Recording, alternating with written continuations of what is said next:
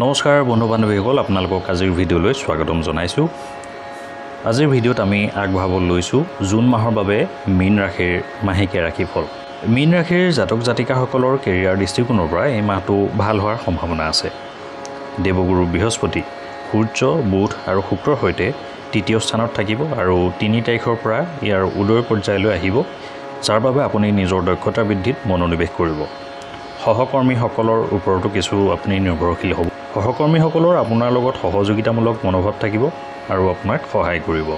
সূৰ্যৰ তৃতীয় স্থানত বহিব, যাৰ ফলত আপোনাৰ ক্ষমতা বৃদ্ধি পাব। সংগ্ৰাম কৰি চাকৰিৰ স্থান আপুনি নিশ্চিত কৰিব পাৰিব। মাহৰ দ্বিতীয়াৰ্ধত আপোনাৰ কামত ভাল সফলতা লাভ কৰিব। চৰকাৰী খণ্ডত কাম কৰা লোকসকলে ভাল ফল পোৱাৰ সম্ভাৱনা আছে।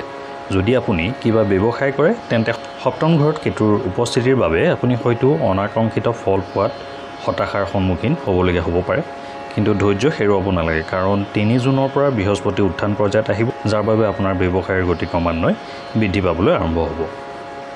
আৰ্থিক ক্ষেত্ৰত আপুনি অলপ গুৰুত্ব দিব লাগিব। পইচা মংগলৰ কৃপাত আপুনি ধন সঞ্চয়ত সফলতা লাভ কৰিব, লগতে বেংকৰ বেলেঞ্চো বৃদ্ধি পাব। আপুনি খৰখেদাকৈ কিছুমান সিদ্ধান্ত ল'বলৈ চেষ্টা কৰিব পাৰে। এইবোৰৰ পৰা আপুনি আঁতৰি থাকিবলৈ চেষ্টা কৰিলে ভাল হ'ব আৰু প্ৰচুৰ ধন লাভ হ'ব। তৃতীয় স্থানত বহি দেৱগুৰু বৃহস্পতিয়ে একাদশ স্থানত সম্পূৰ্ণ দৃষ্টি নিক্ষেপ কৰিব, যাৰ বাবে আপোনাৰ আৰ্থিক অৱস্থা উন্নত হ'ব আৰু আপুনি ধন লাভৰ সম্ভাৱনা যথেষ্ট বৃদ্ধি হ'ব। কিন্তু শনিদেৱে দ্বিতীয় আৰু দ্বাদশ স্থানত বহি আপোনাৰ খৰচ বৃদ্ধি কৰিব পাৰে। যদি আপোনাৰ কেৰিয়াৰ বিদেশৰ সৈতে জড়িত, তেন্তে এই সময়ছোৱাত আপুনি ভাল আৰ্থিক লাভৰ সম্ভাৱনা থাকিব।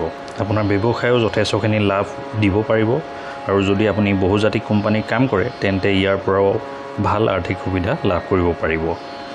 মাহৰ শেষৰ ফালে আপুনি আপোনাৰ ধন বিশেষকৈ ঘৰৰ যিকোনো ডাঙৰ খৰচ বা ঘৰ সজোৱা বা বাহন ক্ৰয়ৰ বাবে খৰচ কৰিব পাৰে।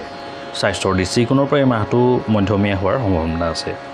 গুৰুৰ কৃপাত আপোনাৰ স্বাস্থ্য উন্নত হ'ব।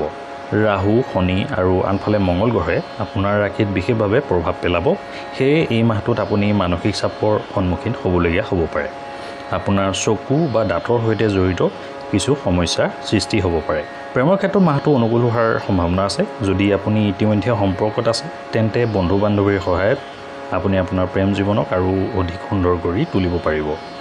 যদি আপোনাৰ মনত কিবা এটা কথাত বিভ্ৰান্তিৰ সৃষ্টি হয় তেন্তে তাৰ পৰা আপুনি আঁতৰি থাকিবলৈ চেষ্টা কৰক, নহ'লে আপোনাৰ সম্পৰ্কতো সমস্যাই দেখা দিব পাৰে। বিবাহিতসকলৰ জীৱনত কেতুৰ প্ৰভাৱত কিছু পৰিমাণে সমস্যাৰ সৃষ্টি হ'ব পাৰে।